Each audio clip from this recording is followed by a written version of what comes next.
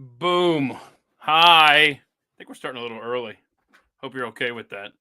Hang on a second, because like I said on the tweet, I don't know if you saw it, but gonna do an audio space. So it's gonna be kind of like a Thursday deep dive meets a drinks with Keith. It's kind of a work in progress. I'm gonna say that every week. I think it's kind of it's always gonna be a work in progress.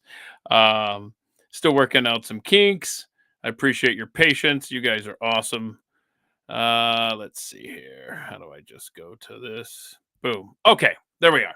All right, so we've got the video version, which you're obviously watching right now. I just opened up the audio version. So if you're on my X profile, you should see this video stream. And then just above it is the audio stream. The purpose of the audio stream is so that you can chime in with questions and talk to me and talk to everyone about whatever's on your mind. I mean, because there's so much in the news that we could talk about. Just because, see, this is how this happens. Okay, so our world is crazy. I know, newsflash, our world's crazy. And so what started off as just I just realized I don't need my earbuds. It's not a normal at the mic deep dive. I don't have like a guest here that I'm talking to. I'm just talking straight here. So anyway, I was going to do kind of I don't know, it's such a cheesy phraseology to call it open lines. But it's kind of like what we do on the Drinks with Keith. I sit around, you raise your hand in the audio version, which again is above the video. It's like a Brady Bunch moment. See, it's up there. You should see the audio version. And so raise your hand. Let's talk about whatever's on your mind. And that's typically the way it goes with the drinks thing. It's just like whatever you want to talk about. I truly don't care. Let's just chat. And so Wes, Genius Wes, Boss Wes, Hero Wes. I think Hero Wes, is kind of, I think we're going to go with that, right? It just, I don't know, speaks easier. Anyway, he made this great thumbnail that said, like choose your own adventure or whatever it was. And just basically the goal of this conversation today was going to be just kind of if there's a conspiracy that you wanted us to talk about or something along those lines, if there was something that you wanted discussed, maybe a guest you had in mind, maybe you could be a guest. Hell, I don't know, honestly. I know a lot of you have expertise in something that you could share with the rest of us, and I think that would be awesome. So it was just going to be, let's just chat about whatever. Well, I guess I didn't pay close enough attention to the Senate calendar, and holy crap, what a news day. Robert Kennedy, day 2, HHS. Tulsi Gabbard, DNI, day 1 for her. Kash Patel, FBI director, day 1. So you've got all of these things. My gosh, it's been impossible to try to follow all of these hearings today. Anyway, and then you had the horrific crash in Washington, D.C. last night, and already conspiracy theories and lots of interesting thoughts surrounding that. We've got plenty to talk about. But again, you can go to the audio stream and raise your hand and chat about whatever is on your mind. It doesn't matter, whether it's the hearings, whether it's the crash, your thoughts on any of that stuff, or your own kind of conspiracies that you'd like to see discussed here on the Thursday Deep Dive. We do this every Thursday afternoon at 3 p.m. Eastern, and of course available on demand afterward, both here on my X page and on YouTube. Big thanks to Wes. He's been, I can't thank him enough. He has figured out so much, but yet we still have so much to figure out. And it's because we're working with an inferior product that he's trying to figure out along the line here. In fact, that's a reminder, try to set up a meeting with this company. All right, let me think here. What else I want to, so looking ahead to next week, I have a special guest. Richard Gage is going to be on here to talk about World Trade Center Tower 7, Building 7, I should say. because I'm telling you, man, Building 7. It's like there's just so many questions with Building 7. And because of that, it opens up fair questions to so much more. So, Building 7 is going to be the topic at this time a week from now on Thursday, February. Is that the 6th? I think it is. Yeah.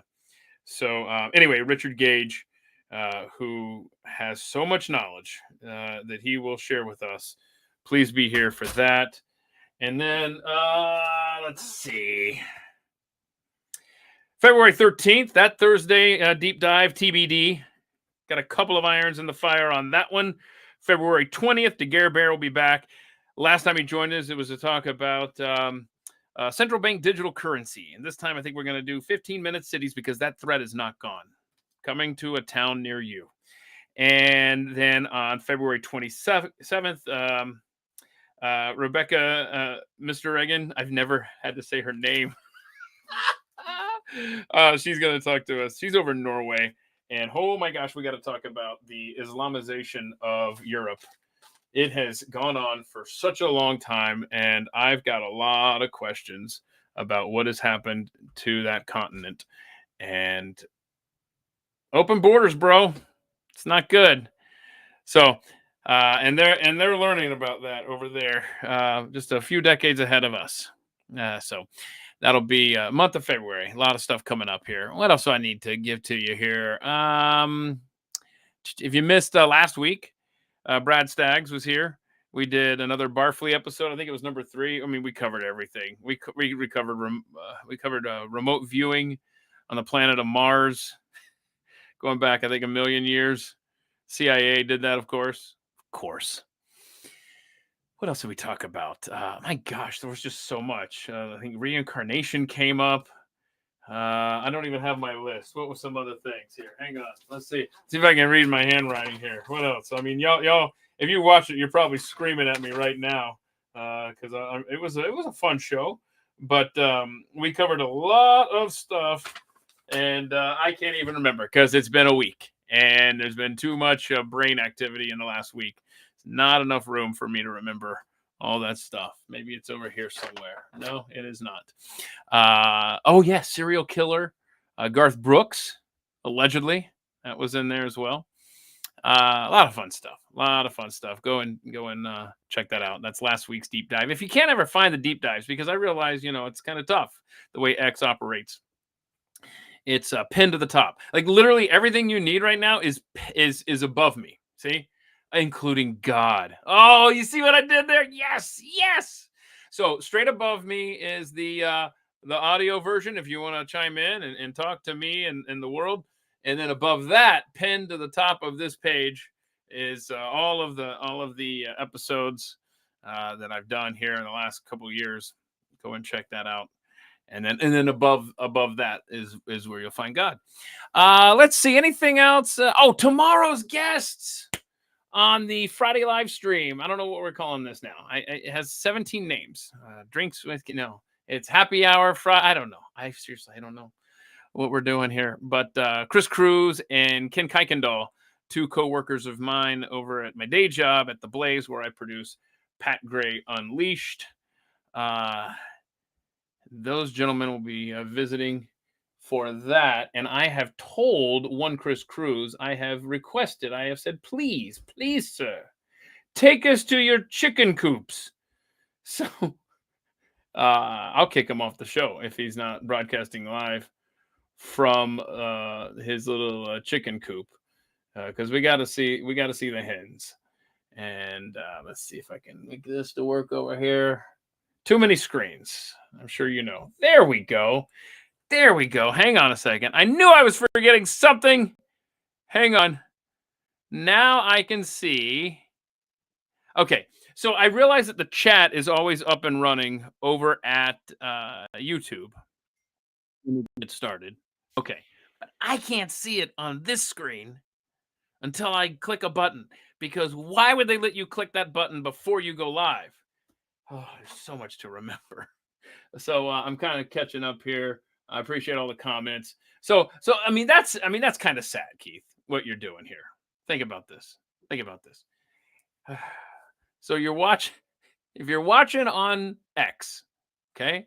I appreciate it very much.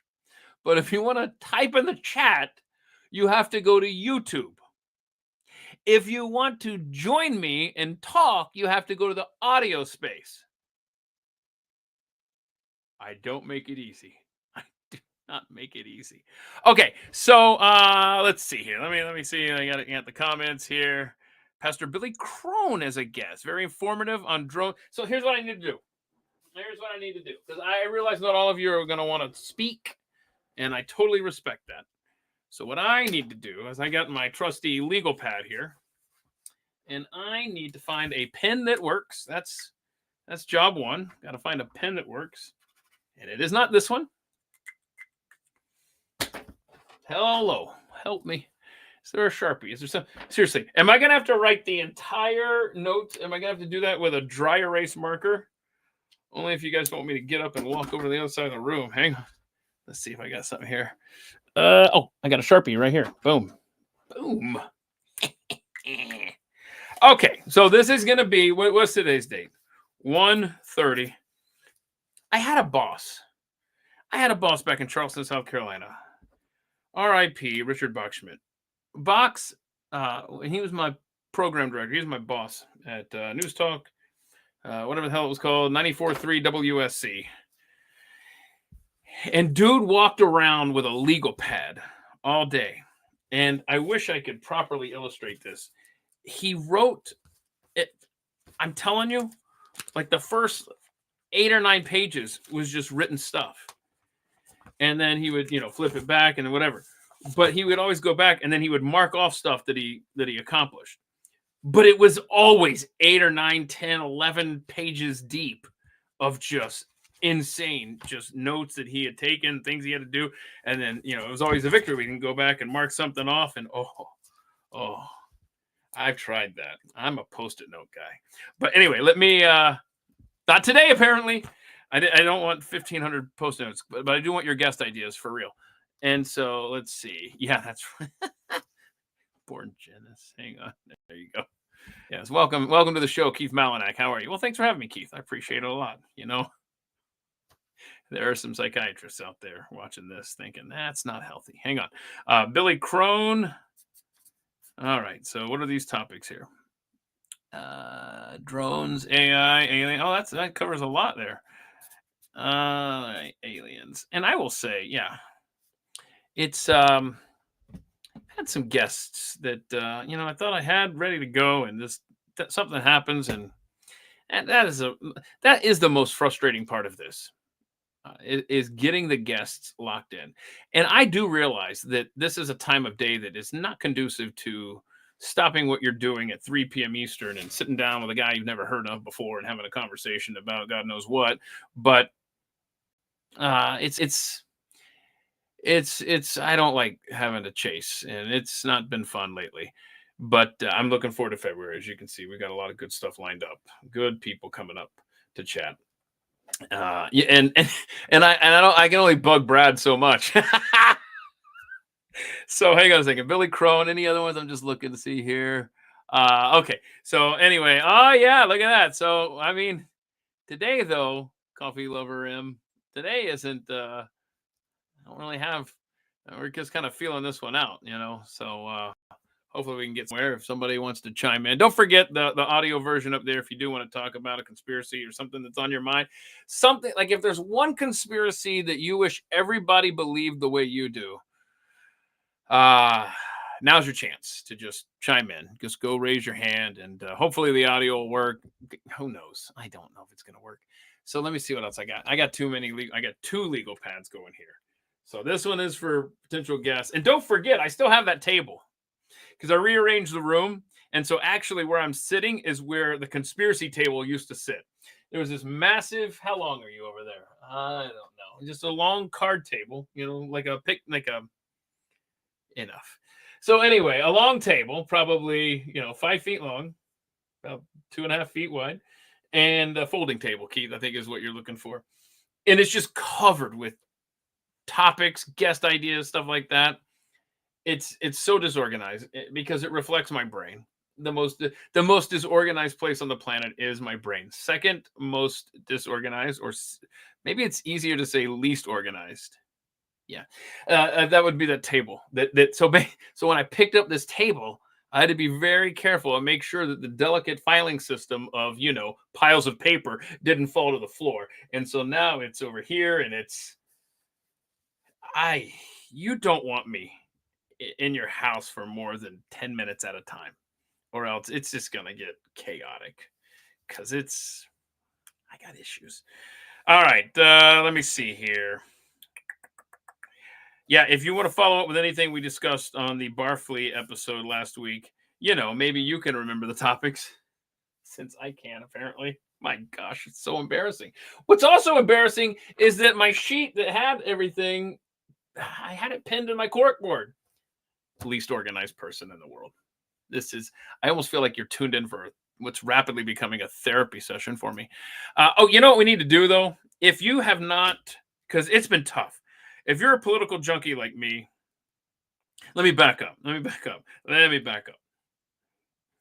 Football fans, college football fans. It used to be that January 1st, New Year's Day, was the most important day because you would have multiple games that mattered. And that's a case that could be made that it actually mattered more back then when it wasn't a playoff, because then you had all these games happening at the same time. And anyway, you can have a split national championship. It wasn't that fun having not a conclusive champion. But anyway, I digress. But you didn't know which game to watch. Or so what you would do is, if you're anything like me, you would get all the TVs in your house together, and you go to the garage, or maybe put them all in the living room or whatever, and you would just stack all the TVs. And so you just try to absorb. It's like when you go to the sports bar, NFL. See, and that's not even a good one because your team is likely playing, and so you're probably mostly focused on that. Anyway, apologize for the undiagnosed ADD. You're welcome. But that's what today's been like for political junkies like me, and likely for you as well. And it wasn't just RFK and Tulsi and Kash Patel. There was a commerce guy, right? There's so much shit. I mean, I don't know, man. I don't know if they did this on purpose or what, but I didn't appreciate it because I'm trying to listen to everything. And now I've got to do this. I'm interrupting my own day with this. Just pretend that all the hearings are over for the day. You don't need to go and check. I got some highlights I want to play for you because they're tasty. And it's been a busy day in Washington, D.C. And so COVID conspiracy. I'm sorry. Oh gosh, I'm sorry, Michelle. Lost family members. You okay? I got you. Hold on. When you say you lost family members, are you saying that you lost family members because they don't believe you on the COVID conspiracy stuff? Yeah, we got to talk about COVID. In fact, who would be a good guest is Robert. He's not busy. Robert Kennedy Jr. I saw a clip of his the other day that I had not seen before, and Event 201, ring a bell, October of 2019. So the interview I saw with him, he was laying out how it was clear to him that the elites knew that COVID had already been either escaped or released at that point. And I had never heard that. Anyway, he put the timeline together because it was the interview was from a couple years ago. But yeah, anything COVID. And so in other words, it lends credence to those who think that COVID-19 was released intentionally. Almost like, okay, you released it. Now it's time to do our little Event 201 thing. And are we ever going to know the truth? All I want to know is Anthony Fauci ever going to serve time? Yeah. 64 degrees in Texas, right? What are we at here? I need to move that. 68 here. 68 degrees here. One more degree and it'll be nice. Let's see here. Oh my gosh. You missed the first 3 minutes of this show, Linda. I don't even know how to. There's no way to recap it. It was so important and so weighty, and there's just no way to go. Don't forget, there's the audio stream if you want to chime in and chime in with your conspiracy theory or guest ideas. Let's see here. And I do want to know if anybody's got thoughts on the crash. I know Chris Cruz, speaking of, also a part of the Pat Gray Unleashed show that I produce over at The Blaze. Weekday mornings at 7 a.m. at blazetv.com. I'm not going to steal his thunder. He's already sent in some interesting videos for tomorrow. Yes, he has. I want to be watching that show. So, but if you have any thoughts, share them now. Okay, let me see. Where do we want to begin? Oh, okay. So Senator Onesie, Bernie Sanders, Senator Onesie. Do you support these onesies, Mr. Kennedy? He got the chat. So is because I know Kennedy's at a different committee today. I can only assume, and I didn't Google this because I'm not preparing for this. Come on. Is Bernie on both committees? So Bernie got a twofer. Bernie got to talk to Kennedy twice. Okay, so like, let's just say hypothetically, right? Let's just say you're growing up and you have a stepdad and you guys always butt heads. A complete hypothetical, by the way. And you guys are always at each other's throats. And you have a heated argument. Total hypothetical, y'all. Come on now. And let's say 10 minutes later you think, oh, I should have said this. Ooh, that would have been a mic drop, hypothetically. Oh, why didn't I think of this on the fly, right? So Kennedy sits down and basically it was the Democrat grandstand hour, which all of these hearings are. Let's be completely honest. It's what is the point of the Trump nominees for even showing up to these things? Because they are just there for Democrats to hear themselves speak. Much like me right now. So social media, which Kennedy doesn't have the luxury of being able to go through Twitter in the middle of his confirmation hearing. But as he's doing that, people are pointing out, people like Elizabeth Warren and Michael Bennet and Bernie Sanders and so many Democrats are sitting there. Boy, they are very defensive when it comes to Big Pharma and defending the drug makers. And oh my gosh, kids, gather round. Let me tell you, let me take you back 15 years when Democrats railed against Big Pharma. And then this little thing called Obamacare came along. And then they realized this is how we get Obamacare.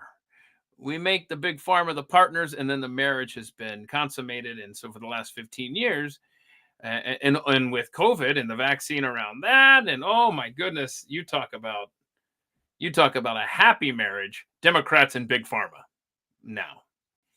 But there was a time when people would, with D's after their names in the Senate and the House, would be railing against these corporations and these drug manufacturers and the corporate greed at the expense of Americans' health. But anyway, so Robert Kennedy sitting there listening to these imbeciles, and one of them was Mr. Bernie Sanders. And I won't play the clip for you. Hopefully you've seen it by now. But Bernie makes it a point to put up pictures of baby clothes that had like anti-vax statements on them. Dangerous, Mr. Kennedy. And so, and he wants to know do you support these onesies? Do you support these onesies that you sell at a site? I said, just go away. So, as people were pointing out in real time on social media, people like Bernie Sanders and his fellow Democrats get lots of money from Big Pharma. So, of course, they're going to be a little defensive, especially that harpy Elizabeth Warren from the tribe of the Lost Tribe. And so, I mean, she is, and her voice is insufferable. Her points are insufferable. It's just, I don't want to have a beer with you, Liz. And so she was particularly displeased with the fact that Robert Kennedy wanted the ability to sue drug manufacturers. Why? If they're not, is that not the Democrat line? If you're not doing anything wrong, then why would you care if we could sue you? I mean, anyway, makes sense to you. It makes sense to me, but not to them apparently. Let me see if there's a speaker. I got so many damn phones. I don't even know which speaker is on. Is there one here? Hang on. Other countries in the world. Yeah. Okay. So we are high tech here at the mic. I don't trust the damn computer to play the audio. The end. So you're getting it through the phone. Okay. Plus, it also enables those listening, hi, y'all, on the audio stream. It gives them an opportunity to hear the audio as well. So this is today. Because like I said, I guess Bernie's in both committees again. Not going to do the work for you. I'm sorry. I'm not going to go Google which committees Bernie's on. But they let this socialist on at least two. And so this was an exchange about an hour ago, I think it was, between Bernie Sanders and Robert Kennedy. Remember, now Kennedy's had 24 hours. Oh, look, Bernie, we meet again. Here we go.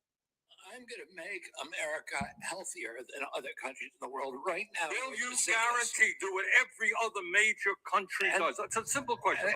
And by the way, Bernie, the problem of corruption is not just in the federal agencies, it's in Congress too. Almost all the members of this panel are accepting, including yourself, are accepting millions of dollars from the pharmaceutical industry. No, protecting their interests. Oh, I thought that would come. No. I ran for president like you. I got millions and millions of contributions. They did not come from the executives, not one nickel of PAC money from the pharmaceutical industry. They came from workers. In 2020, you were the single largest because I had pharmaceutical contributions from workers all over this country. Workers, you were the not a nickel from corporate. Can I just say, poor Bobby Kennedy is never going to win a shouting match. So if these senators decide, I'm going to talk over you, it's not going to take much. And he knows it. And Kennedy stops whenever they start ranting. And anyway, but no. And Bernie, if you're listening on the stream, I'm sorry you can't see this, but he is basically admonishing the crowd there in the Senate chamber. Don't cheer for this. Don't you cheer for this. Was a single largest acceptor of pharmaceutical dollars. No, from workers in 1.5 million. Yeah, out of 200 million. All right, but you got nothing. You have not answered. Last question. Yep. Oh, he's moving on. We're moving on, bro. So score one for Robert Kennedy, which, by the way, I would love to know, and I can't. This is another thing I've bitched about. I wish I could do a poll for y'all here, I wish I could put up a poll that you could vote. In fact, I need to look up a previous poll. Sorry, I'm trying to get some more clips ready for you. Let's see here. Pause that. Get that ready. Okay. So no, stop.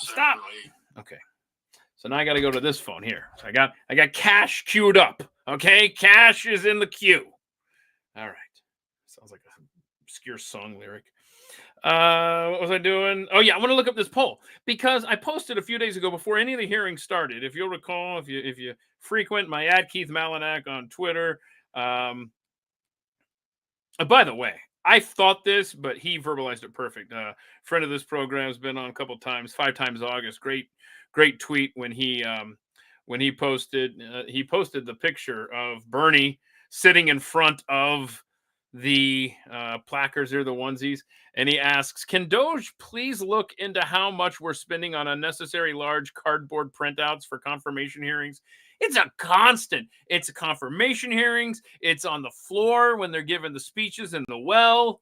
By the way, this is the moment where I need to hit pause and I need to scroll up and see all these comments. Please bear with me here. Warren and Sanders are afraid Kennedy's going to take Big Pharma money away from him. Absolutely agree with that, Sue. Oh wait, these just keep flying by here. Hang on. A routine. Oh no. Oh, good. So Linda stood up in her own little way. Yeah, I've noticed healthcare professionals starting to go with the masks again, and people at Walmart even. Ugh. And so she said, I can't understand you. And they took the mask off, which shows how that's the thing. That is okay. What do I do here, y'all? I've got a doctor who wore a mask out in the hallway around his nurses. And then when he came in to see me, and not all the nurses were wearing masks either. So I think he was only trying to placate a couple. When he came in to see me, I don't know if he just noticed that we've had conversations about masks and vaccines. So maybe he just knows me from being there 6 months ago or whatever. But he took it off immediately. He's like, okay, well, this guy's cool.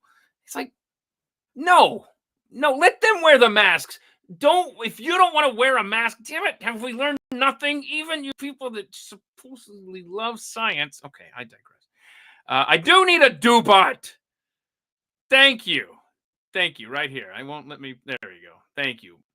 Born genius. Is it genius? See, genius. I don't know, how do I say? Okay. Yeah. So I want to ask this. So yes, cash has to be approved. I agree, Michelle. Let's see. Yeah, I'm trying. Okay. And I am actually trying, Linda. I'm trying to get more organized. I'm not going to share details yet, but one day I'm not even going to say I'm getting there. I'm trying. Look, the first step is admitting you have a problem, right? I don't know what step 2 is, but I have a problem. Okay. And that could apply to pretty much multiple. Anyway, so sorry, that was a visual. If you're on the live stream, if you're on the audio stream, that's what we call a visual aid that you weren't privy to. I'm sorry. That's where Keith held up a bottle of alcohol to make a point.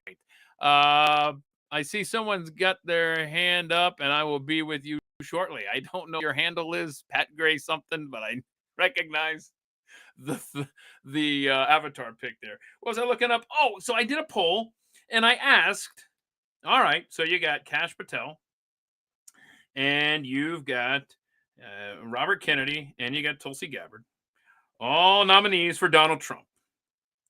Do you think Donald Trump is going to get all 3 confirmed, 2 of 3 confirmed, 1 of 3 confirmed, or heaven forbid, 0 of 3 confirmed?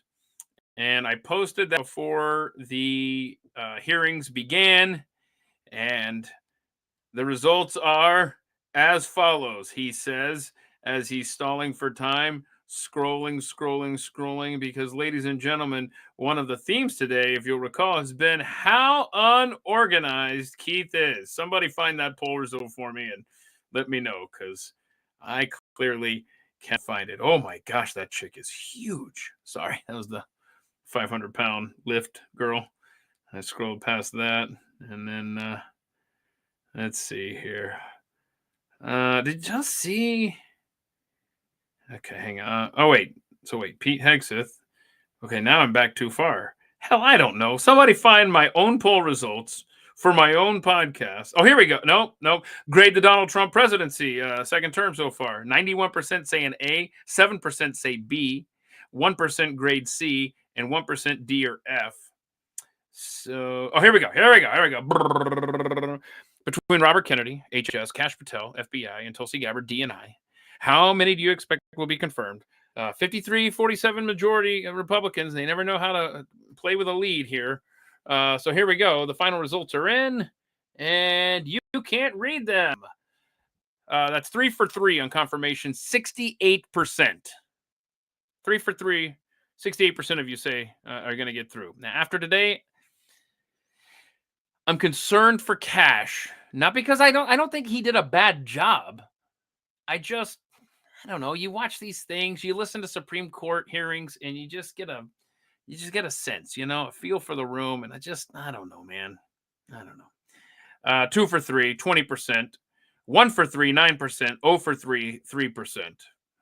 I tell you, I don't trust any Republicans in the Senate to do the right thing. That's not fair. Mike Lee, Rand Paul. I got it. Blah, blah, blah. Okay, where was I going? I had somebody in the queue had their hand raised. Don't forget the audio version is right up there. Like, see Brady Bunch, it's up there.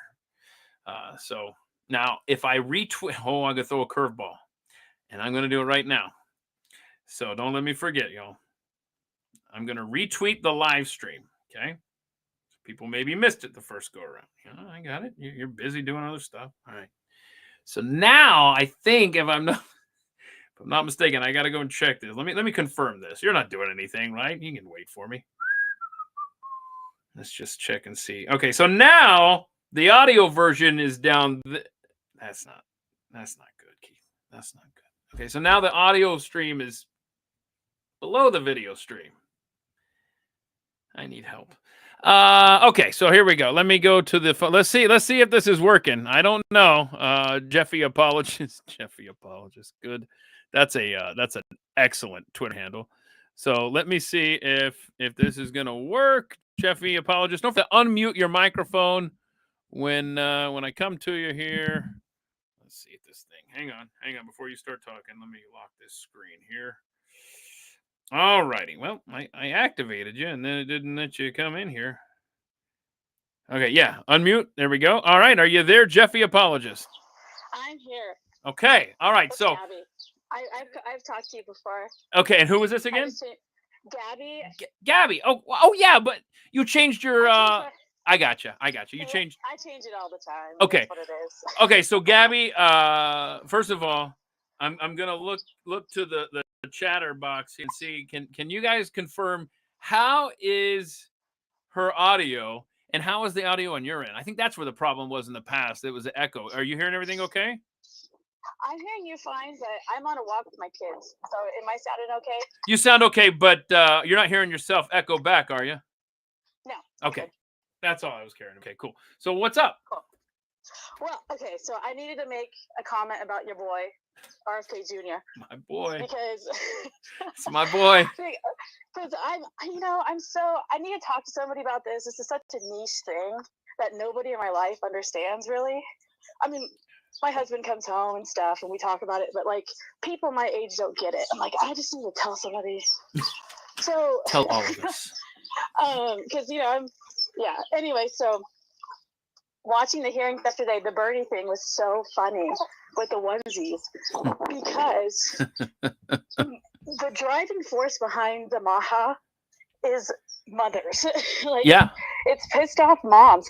It's the only reason why. I mean, I'm skeptical about a lot of things of RFK Jr. I think the biggest being political dynasty. I'm skeptical of that. But the fact that he kind of defied his family and is, doing this for the kids, we can all stand behind that. Okay. And so it was just going crazy on Instagram. And I don't think a lot of liberals really understand the magnitude of Maha. Right. And like the Facebook mom groups that are like crunchy. I don't know if you've heard that term before. Yes. But the crunchy moms are going wild. And it's like, holy cow, I don't think these liberals really understand. I really don't. Do you even think that Republicans understand? No. In fact, I was telling my dad this because, my dad and my husband, they get home from work and it just like brained up on them, all the things. Oh, I bet they appreciate that. Oh, they absolutely do. I've got me ready for them to see. You have no idea. Oh, you're breaking up. You're breaking up there. Oh, no. Okay, so hold on. You play videos for them when they get home? Is that what you're saying? Yes, yeah, just to kind of like get them up to speed. Yeah. And I was telling them like, I'm so shocked that some of the big players on like the crunchy conservative side, like Alex Clark and stuff, aren't going on bigger shows like prior to the election.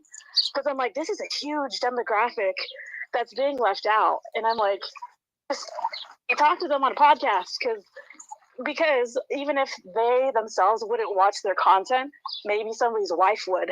You know what I'm saying? Yeah. There are so many good things that Donald Trump did in the final few months of his campaign, and I don't know if you can point to one specific. This is what put him over the top, or this was. But getting Robert Kennedy on board, I think, was a tremendous help, and it's what I wanted from 6 months prior. Like I said, this is the dream scenario. Whether you make him your VP, whether you promise him a cabinet position, but it's like there was such a large amount of disaffected voters that didn't want left or right. And then there was people like me who were traditionally on the right who were still kind of, I'm kind of looking over here, this Kennedy guy might have something. Now, I'm with you. There are plenty of things that we can disagree on, big issues with Robert Kennedy, but there are enough, and I think Trump and his camp realize that there are enough where you can find enough common ground and put him in your administration, and boom, HHS is tailor-made for him, I think. And so, and it was perfect. And the Maha moms that you speak of, I don't think that this is just a one and done. Like, if he does get confirmed and he is a big part of this administration's successes, I think that group of voters, those moms that you speak of, I think they could pay dividends down the road for a JD Vance or somewhere like that. There's going to be a residual effect, and much like young blacks, much like Gen Z voters, so many of these demographics that ended up voting more for Trump this go around than in previous cycles have voted Republican. I think a lot of them. Some of these independent moms you talk about, I think a lot of them are going to be sticky voters that the Republican Party had better not. Well, listen to me. They're going to blow it. But I'm saying they've been handed to you by the Donald Trump team. Don't screw this up going forward. That's exactly my feeling. Whenever I saw them getting on the stage, I mean, the election didn't feel real for like a long time afterwards. But whenever I couldn't even enjoy the moment of them going on stage and doing a victory thing, because I'm like, please don't screw this up, because they're so, like, seriously. I mean, I'm part of a group that has like 20,000 moms, and they're all crunchy. A lot of them are new into the crunchy movement.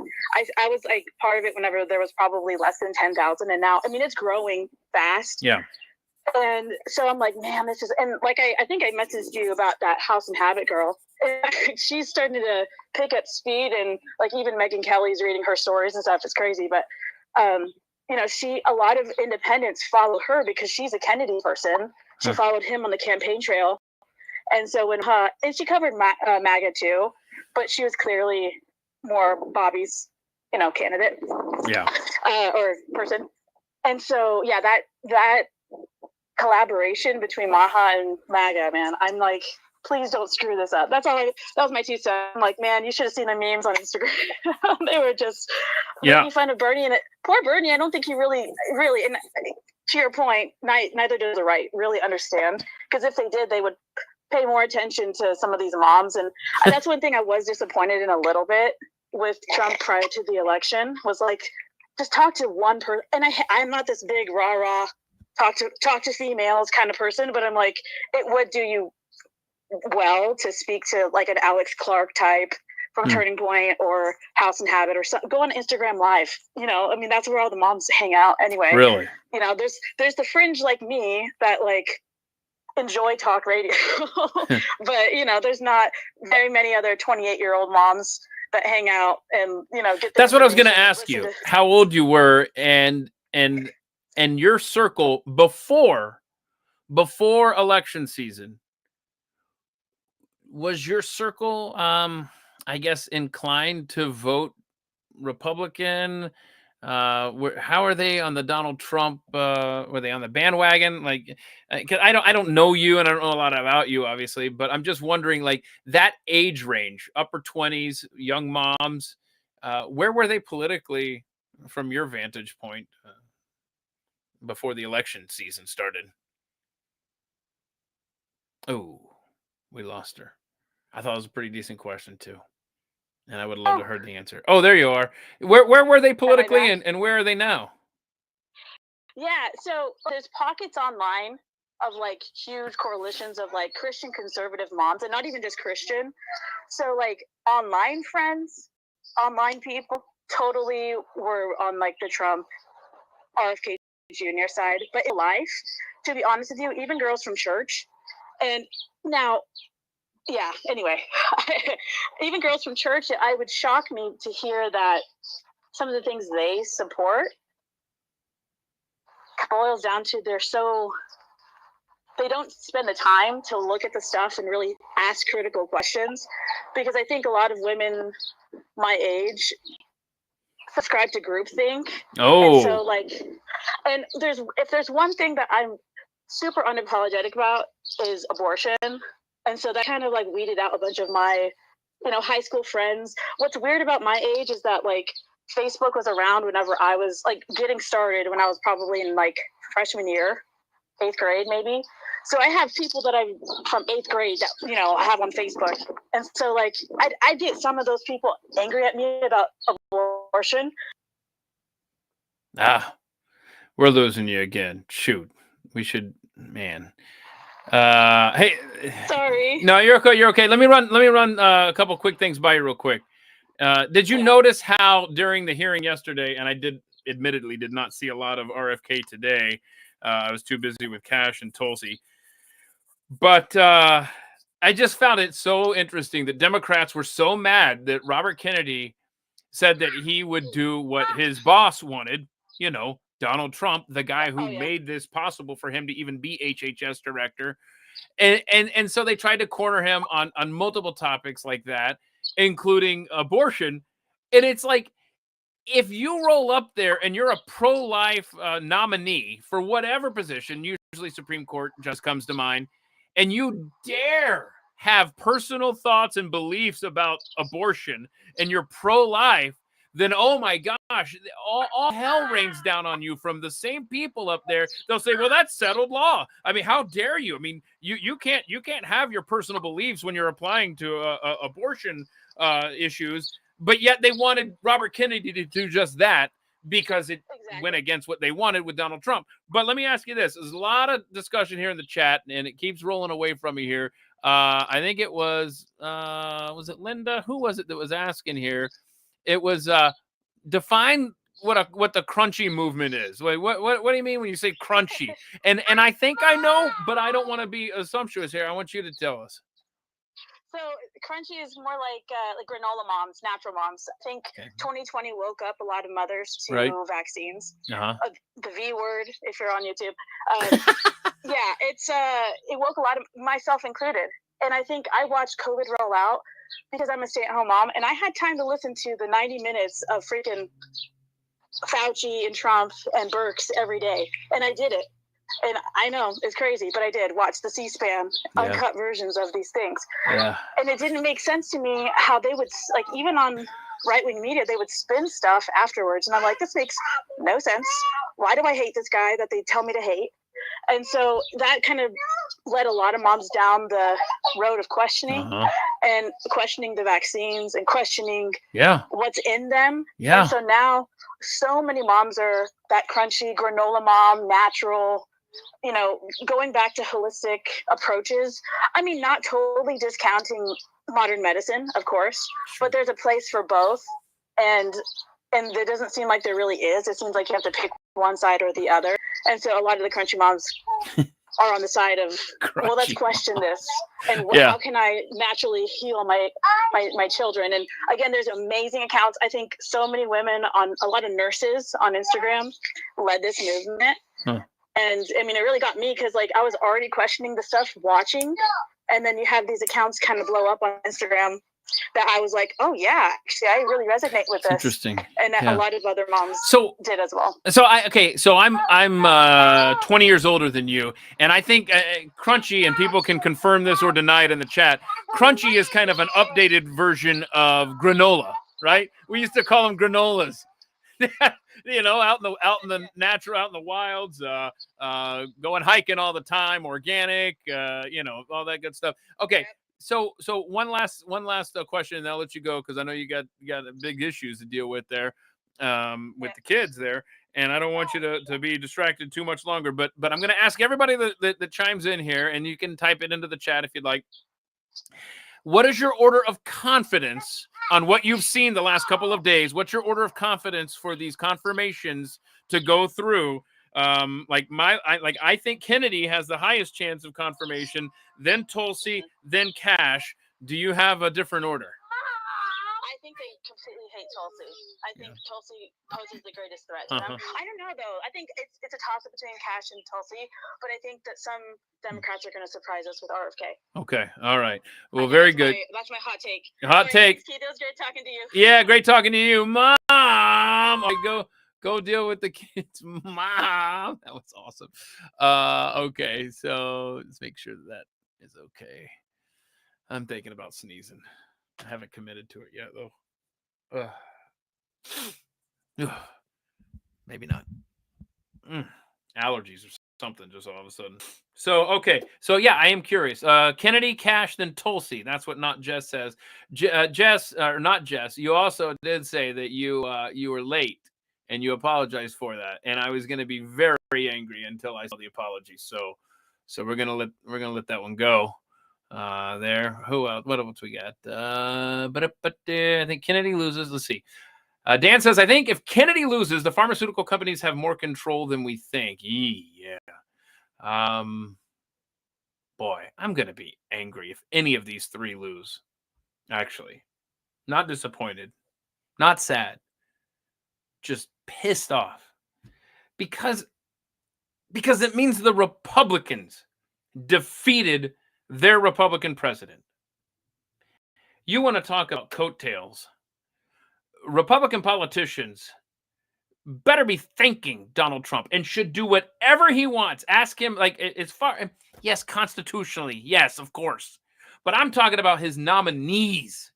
Give him the team he wants. That man took a Republican Party that was on life support. And yes, he remade it in his image.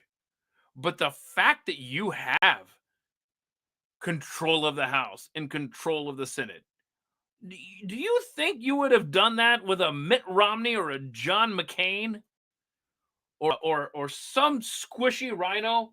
Do you really think that?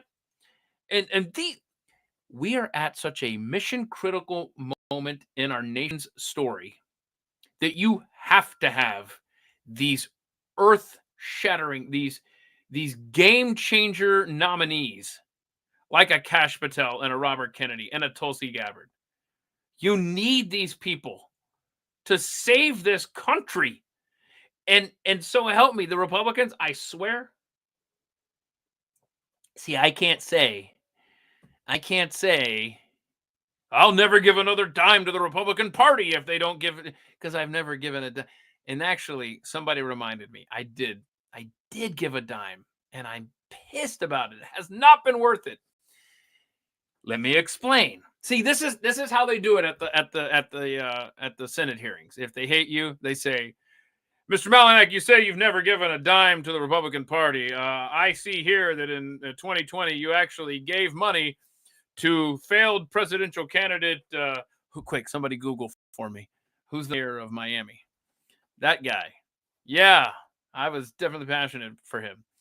And if you recall, it was kind of a bit on Pat's show that I donated $1 to get $20, get a gift card sent to me. Remember that? Wasn't it $20? I was like, hell yeah, I make a profit of $19. I'm all over that. And I was going to do it with Doug Burgum. But Burgum's offer expired. By the time I got to his website, I think it was $1 donation gets you $10.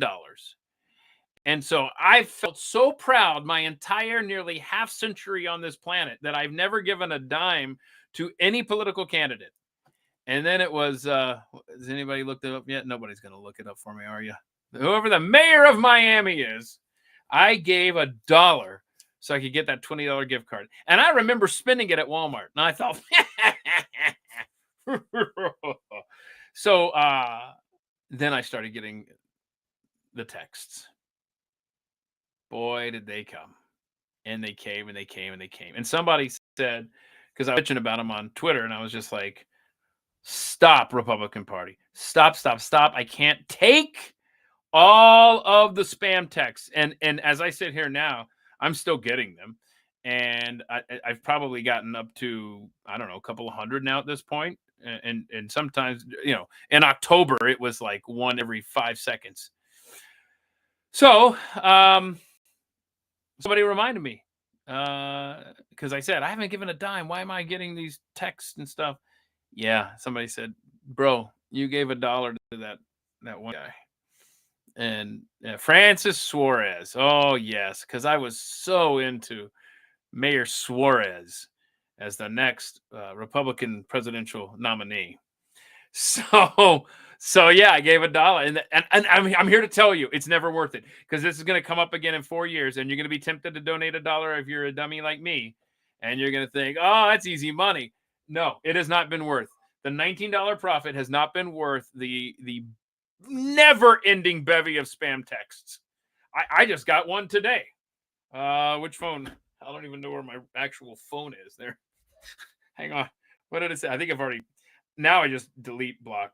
Boom, boom, boom, boom, boom. Hang on a second. Yeah, I already delete. Now I just block them. I don't even leave them on the screen here for me to come back and enjoy later. So yeah, I don't even have it here. But it was something something along the lines of like help Trump get his nominees through or something like. I don't know. Not worth it. Not worth it. All right, so don't forget the audio stream is now down there. This is unfortunate. And I can't retweet the audio stream, so I can't get it to go back up there. Oh my gosh, this is not getting any better. So anyway, so if you want to talk on the audio stream, get down there and raise your hand and, whatever. Originally, like I said at the onset, some people missed the first few minutes of the live stream. Not Jess. And I was saying how originally I was going to make this into a, give me some ideas for guests. What are some conspiracies? Give us your elevator pitch. That's what I should say. Give us your elevator pitch. Sell us on a conspiracy theory that you believe, that you wish everybody else believed. Like, can you imagine, what's his name? Bart Sibrel, right? The moon guy. We didn't go to the moon. Like, he's got to have like a 3x5 note card elevator pitch that we didn't go to the moon, right? He's got to, because he never knows when he's going to find himself in an elevator with a NASA administrator or something like that, right? And so if you've got that and you want to share it with us, did you guys see that Apollo 11 and Apollo 12 images? Like India's got the thing going around the moon, orbiting or whatever, and it took pictures of Apollo 11 and 12. Huh? See those? Are they real? Huh? What do you think? Which phone do I? Again, I keep moving my phones around. Hang on a second. Hang on. Let me show you this. You guys might find interest in this. Here we go. Okay, so these are pictures purported to be of Apollo 11 and 12 lunar modules that the nation of India, that their little orbiter thing took flying over. See that? See, boy, what is the deal with this camera not wanting to focus today? Oh, wait, I just missed the Fox headline. Local Fox 4. Something about an ISD or something. Oh, my gosh. Oh, hold on. This might be worth clicking. Oh, that's not what I thought the headline was going to say. On Tuesday, Godly ISD. First of all, I never knew there was a Godly Texas, but it's got it's a school district. What's the I stand for again? Independent School District. On Tuesday, just so y'all know, this is important.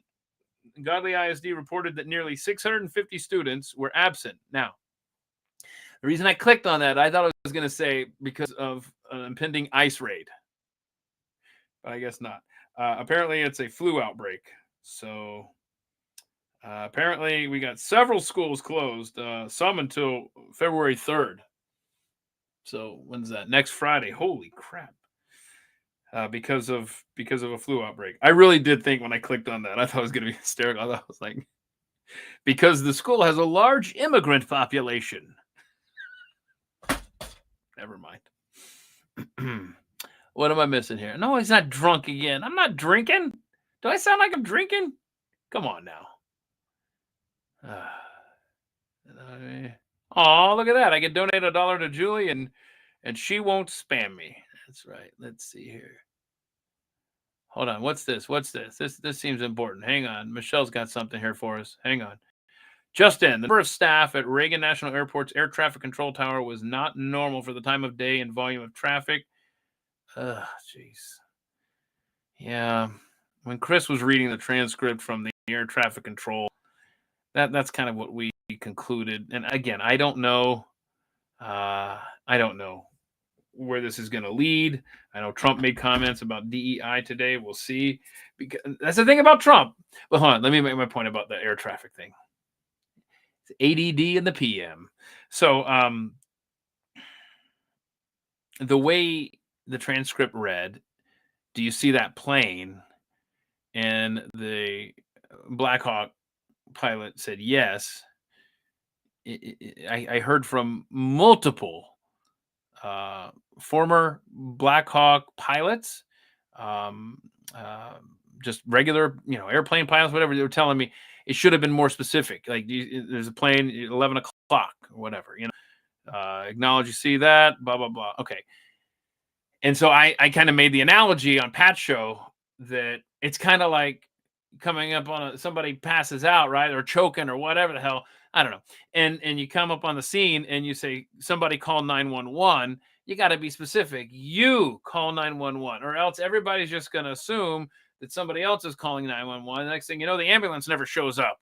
And so it's kind of similar to that. It's not a clean analogy, but you see that plane? Yes. Okay. Well, if you saw the video of the collision, there's a lot of lights in the sky. There was a lot of planes, and perhaps, and again, I don't know. I've been watching these hearings all day. I have not been doing a good job following the Reagan International show, airport story. The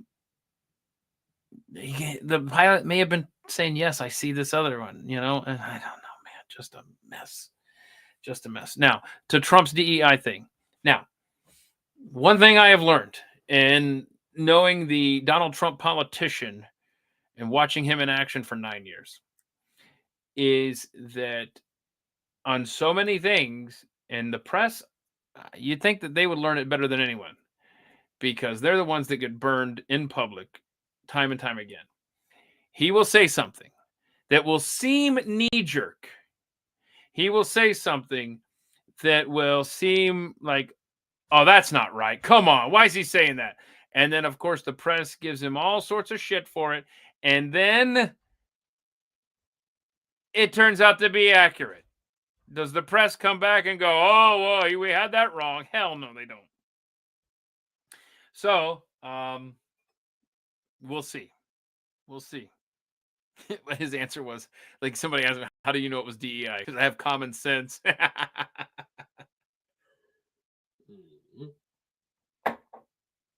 We're going to see how this plays out. It's very sad. Very sad. Please pray for the souls that were on board and their families. It's just, yes, and that's another thing, not Jess. That is another thing. There's so many military helicopter wrecks in the last few years. The training is lacking and needs to be addressed. Trump's right about that, just without any further details, because this nation's military has been doing the DEI thing, the training, and oh my gosh, because for every hour that a soldier or a Marine or an airman or somebody in the military is sitting in a conference room getting brainwashed like Soviet-style re-education, for every lesson that they're learning on how to be politically correct to the point of absurdity, that is time that they could be training on these expensive, powerful, dangerous machines. I mean, that alone is a fact there. Yes, we just lost an F-35 in Alaska. I saw that video is harrowing. I mean, I know that the pilot ejected, but that shot of it just kind of straight. I mean, not nose down, just like pancake. Oh gosh, just doesn't look natural. Let me try to catch up on some of these comments here. What do we got? Yeah. The nighttime, no good, man. Oh, that's good. That's a good little safety tip. Born Genius. Did I get that? I still haven't seen if I'm doing that right. Genius. Let's see. They teach you to point to two people, huh? You and you. Call 911. More chances someone will call. Okay, yeah. Hold them accountable. Okay, but then if you both start running off, and then one will probably stop me, like, they got it. No? Okay, I see Lynn's got her hand raised. Where's the stylist? That's the one thing. I'm always losing the damn stylist during these. All right, hang on. Okay, Lynn. Don't forget when I do come to you, and it's the audio stream is down below the video stream here on X. So if you want to chime in, if you want to talk, feel free. Don't forget when I activate you, unmute your microphone. Lynn, what is up? How are you? I'm fine, but I'm of course very sad about what happened. I mean, I had trouble sleeping last night because I was thinking about it. What my concern is, who's responsible for having helicopters, the Blackhawks, training in an active airport area? That just blows my mind. I can't understand that. Yeah, I had that same thought today on Pat's show, and it was explained to me. I'd have to check my DMs, but I guess it's pretty typical. There was a reason given that made sense, but I'm with you. My gut says, can we just not simulate it that close to the airport? I don't know. I'm with you. I hope we get answers and this kind of stuff stops happening. It's just so sad. I would really like to know where it originated. You know, who decided that, and it'd be nice if they changed that so that they didn't do that. I'm with you. Let me ask you this: have you been following the confirmation hearings, Lynn? I haven't been really watching them, but I've been following a little bit. Mainly I've been watching this program, called Pat Gray Unleashed, Yeah, I know. You've been watching Pat Gray Unleashed in the morning and this At the Mic character in the afternoon. So does your gut have a feeling on where you're most comfortable? Kennedy, Gabbard, or Patel? Do you want to rank them in the order of who you think has the best chance of getting confirmed? Let's see. I think maybe Kennedy, Kash, and then Patel. Although I'm very questionable about Kennedy because they really don't like him at all. They don't like any of them. All right, Lynn. Well, thanks for being out there. I appreciate you chiming in there. It's going to be interesting to see next week when they vote on these nominees, huh? All right. Oh, yeah. And you don't sound like you were drinking. Thank you. You know what? I should take a poll.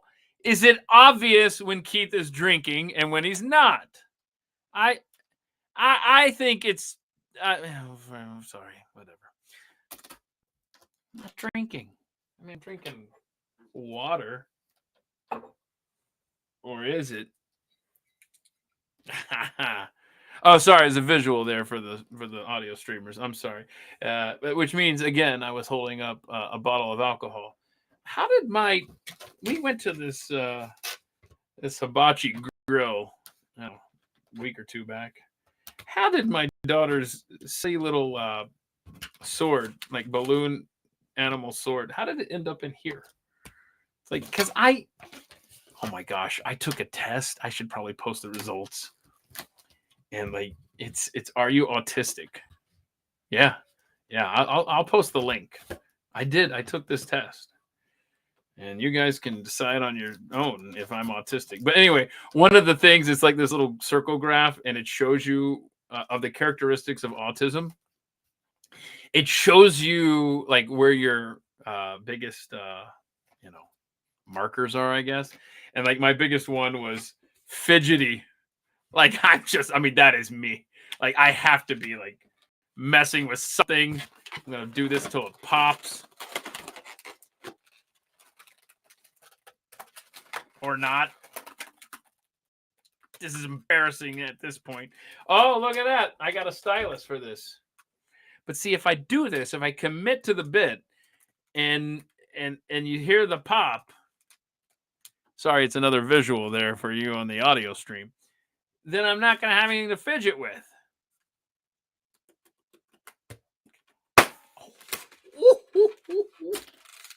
That was loud.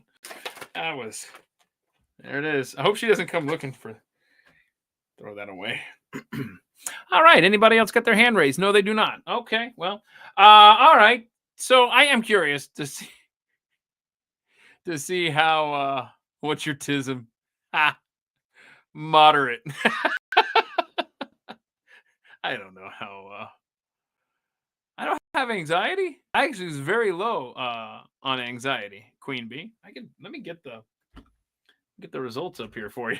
I mean, hell, this is open lines, am I right? Let me see here. Hang on.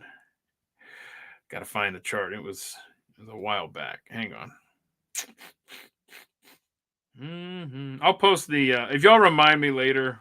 I don't want to do this now, or it's just going to be distracting. I'll post the link so you can it's 50 questions. It's 50 questions. And so then you answer the questions and then it ranks you. And again, this camera, I don't know what your problem is, but here, let me just zoom in. Ticks and fidgets. It's this red red one. It is the ticks and fidgets. Look at that. I'm not aggressive. That's a good, right? I'm fine on eye contact. I'm fine on, how am I fine on posture? That I must have answered those wrong because that's not right. Anxiety's low. Social difficulty. No, that's pretty high. It's pretty high. Noise sensitivity is low, although my tinnitus, holy shit. I am over the tinnitus. Holy shit. That's well, that leads in nicely to depression up there. Because that's really got me down, man. I just that tinnitus, man. Fixation's not very high. Abnormal flat speech is not high at all. So anyway, but ticks and fidgets, man, that's a chart buster right there. Stupid ring light thing. Anyway, so there you go. I'll post that link when I think about it, which means I won't. And then you can take it yourself. And then I would encourage you to share. And then we can all discuss our isms together.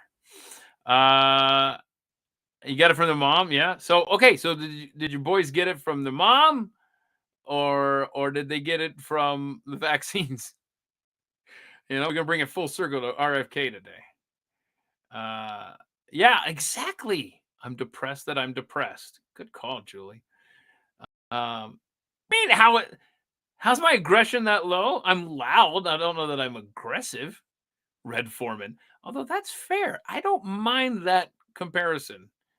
Me and Red Foreman. I actually, I've never heard that, but I like it a lot. So thank you. Let's see here. Focus long enough to finish those all at once. Yeah, that was tough. 50 questions. That's like that was a commitment. 50 questions. Yep. Let's see anything else. What they call? Thank you. I'm passionate. I'm not aggressive. Let's see here. No, it's not too many rock concerts. As I do ear protection. I think one time I made that mistake one time. That's you. That's you. For you, too many. Yeah. For me, it's working in radio and having earbuds. Because, see, that's the thing. Oh. You want to hear yourself talk, or else it's just, because you have to put these in to hear the music or the sound bites or your co-host or your callers, anything like that. But then you also have to hear yourself. And it's a mess because you're trying.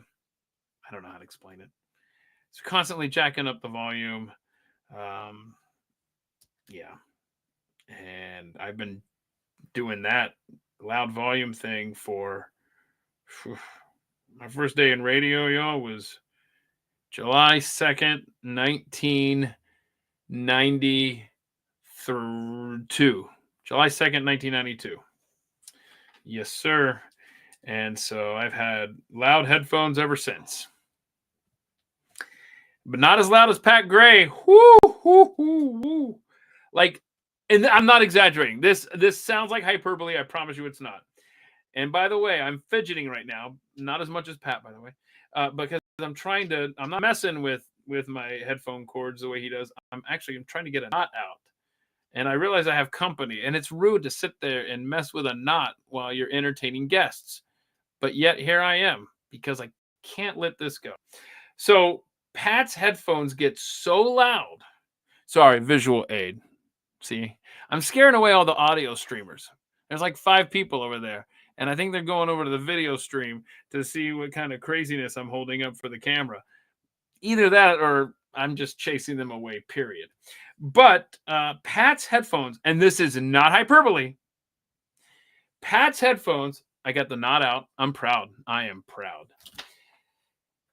Pat's headphones get so loud that when he gets up during the break, maybe he goes and gets a snack or the bathroom or whatever he's doing, and he'll leave his headphones on the table. And we've put videos like this on Twitter at the time.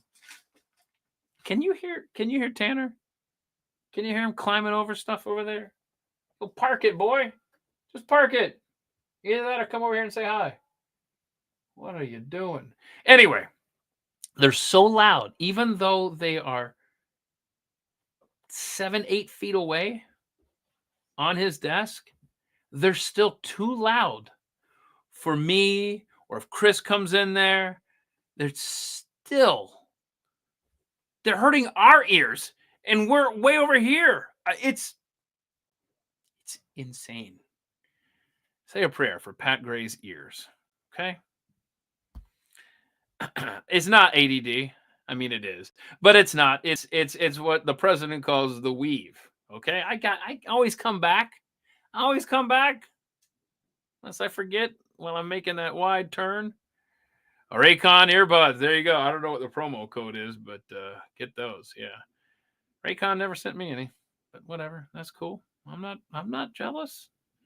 I'm not bitter. I'm just saying. Let's see here. What else we got? What did I miss here? Hang on. You're 7 in 1992. Don't be rubbing it in. I don't need that. See, I was 16 because I think I was like 14 when I went to the program director at my church's radio station in Atlanta, Georgia. And I was like, hey, I want to work at the radio station. He's like, come back when you're 16. So I did on my birthday, on my 16th birthday. And then next thing you know, I was working at the station. Well, volunteering at the station, then working at the station. Let me just look here.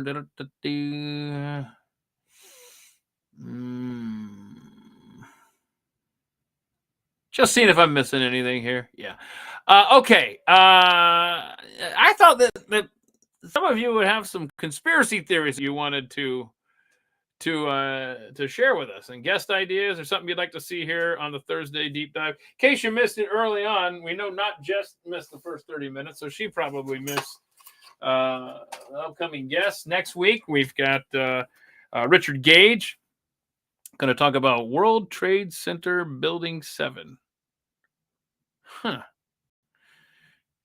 Lots of questions with that, which opens up the doorway to so many more.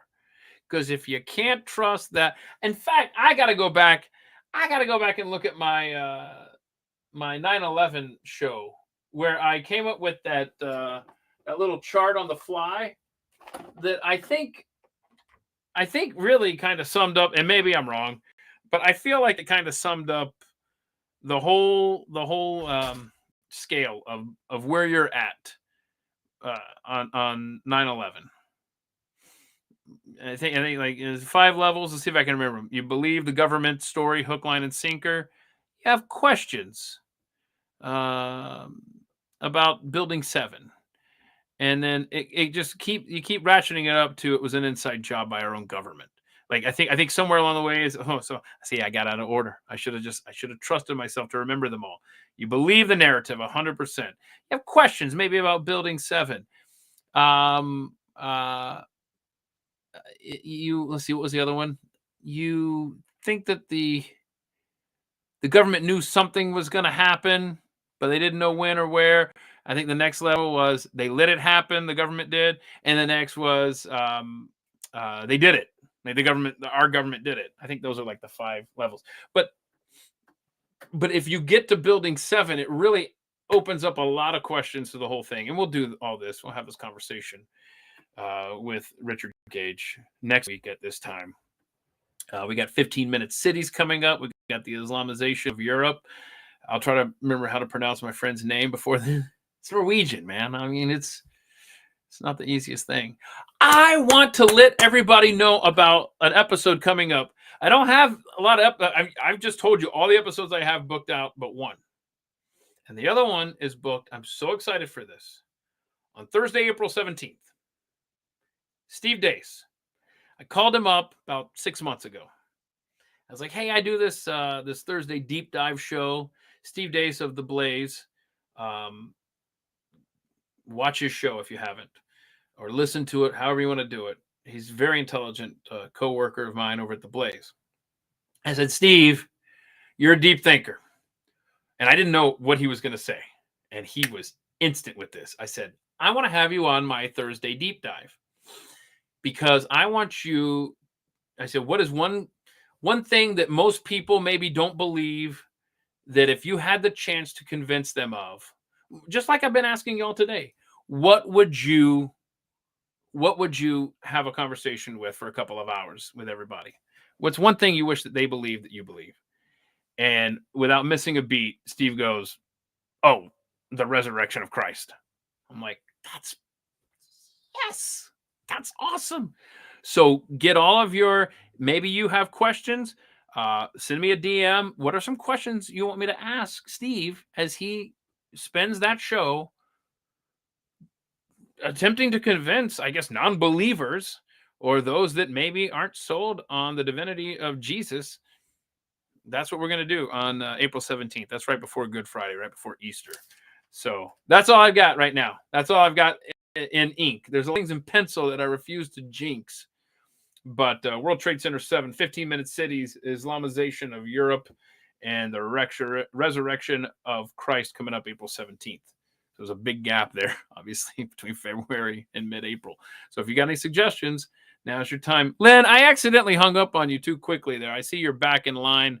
So let me go back to Lynn. I'm sorry if you had something else to say. I'm not so good with the stylus. I'm a little quick on the stylus trigger. So what's up? What's up, Lynn? Is it all right to mention just something that might be a conspiracy thing related to vaccines?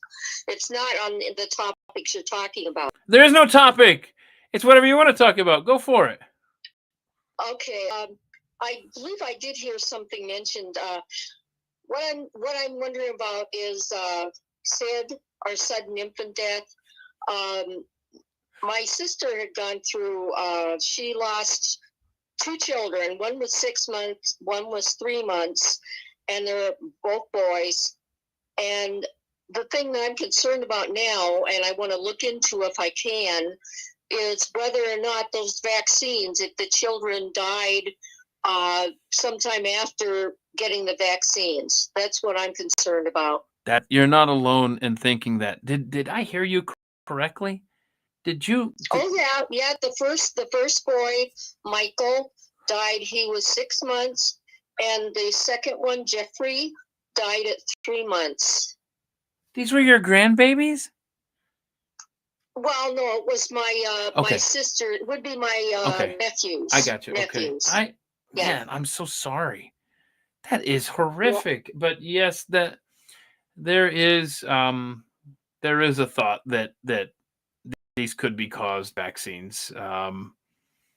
There is that thought because a lot of these sudden infant deaths are happening shortly after the administration of a bevy of vaccines, and that's that's one of the things about vaccines is that can we at least agree? So if people are gung ho, vaccines are the way. I want to make sure my kid gets all, a whatever shots, 75, whatever.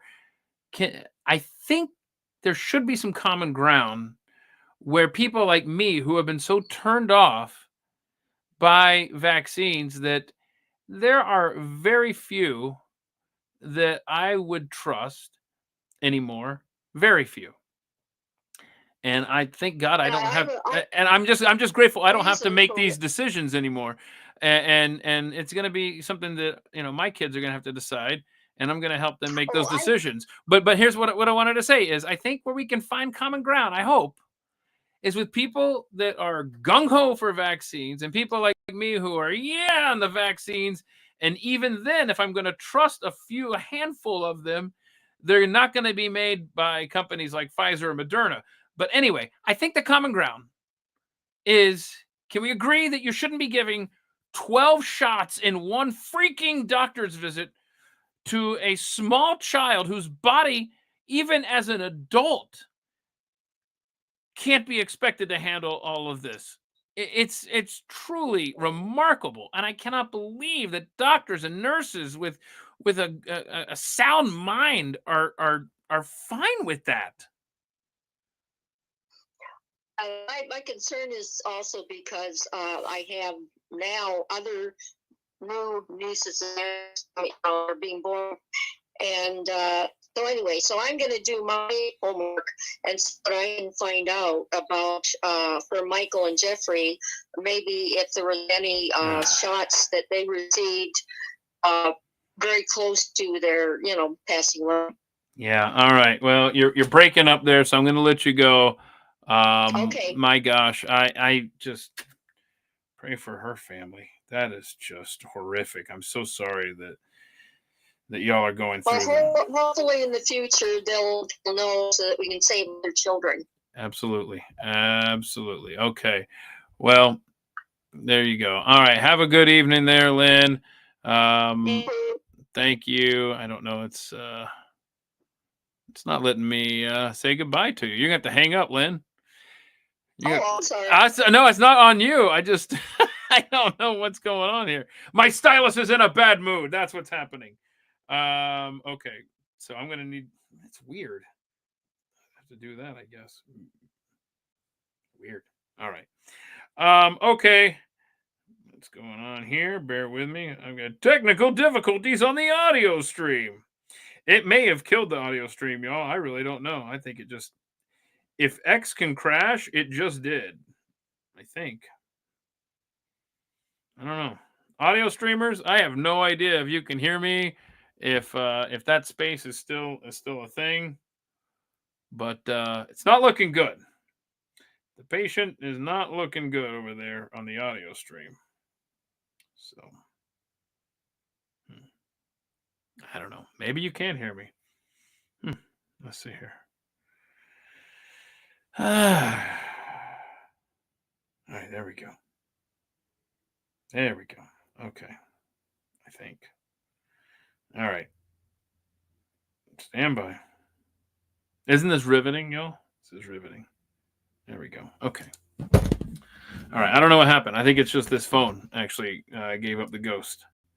So, kill that. Okay. Let me see. What else we got here? I know. Yeah. There you go, Lynn. Great suggestion by Danny K. Sarah Gonzalez will get you some information on vaccines. Let's see here. And can you summarize Rand Paul on this topic? Guns are good. Big government are bad. Oh gosh. Let's see here. Yeah, I don't know. I saw that thing. Not Jess. I'm sorry. I had to. It's like, look. It's like when you enter in the class late, then the teacher just kind of makes an example out of you the rest of the time. It'll just teach you to show up on time next time. No. I think your mistake was pointing out that you were late. I would never have known. You're absolutely right. Yeah. SIDS is definitely a thing where there is plenty that needs to be discussed on that. Oh my gosh. I don't know, y'all. Is this there we go. I think I was muted on the audio stream. I'm sorry, y'all. God bless you for tolerating me. Yeah. So anyway, any other guest ideas or topic ideas? I need to write that down though. I need to write down SIDS, sudden infant death syndrome. That definitely is something that needs to be a topic here on the Thursday deep dive.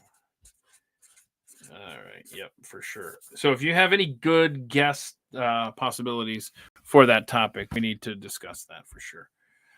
And I don't doubt what you're saying on that. Wombat Mommy. SIDS was discovered back in the 50s. The study started by a woman whose children have died at different ages. Turned out to be Munchausen by proxy. Yeah, but I'm not going to lean on one case that turned out to be Munchausen as the end all be all, for SIDS explanation. So, for what that's worth. Let's see. Sorry. There's a lot of stuff I'm trying to catch up on. Because, oh my gosh, you know what I need to do, y'all? Hang on. Bear with me. It always occurs to me way too late that there are people on the video stream on X who are commenting. And for some reason, I'm going back to this stupid phone that's not working. All of my stuff seems to be just failing me right now. So anyway, I appreciate your patience. I don't really have much else, y'all. Like I said, I haven't even played these damn clips I was going to play, y'all. Holy crap. In case you've missed some of these, there's been some fun stuff. That's right. Boy, I am not with it today. Let me play this real quick. Let me play this as Amy Klobuchar getting destroyed by Kash Patel. I thought this was fun. Here, hang on a second. Let's see if this will play. Hang on. Hang on a second. Turn the volume up. Okay. Oh, you know what? It won't let me because it's doing the audio live stream. Boy, this is rough. I need a nap. Hang on. Got it. Let's see here. This is half the entertainment, y'all. Just watching me try to make everything work. I hope you appreciate it because I'm sure having fun. All right, stand by.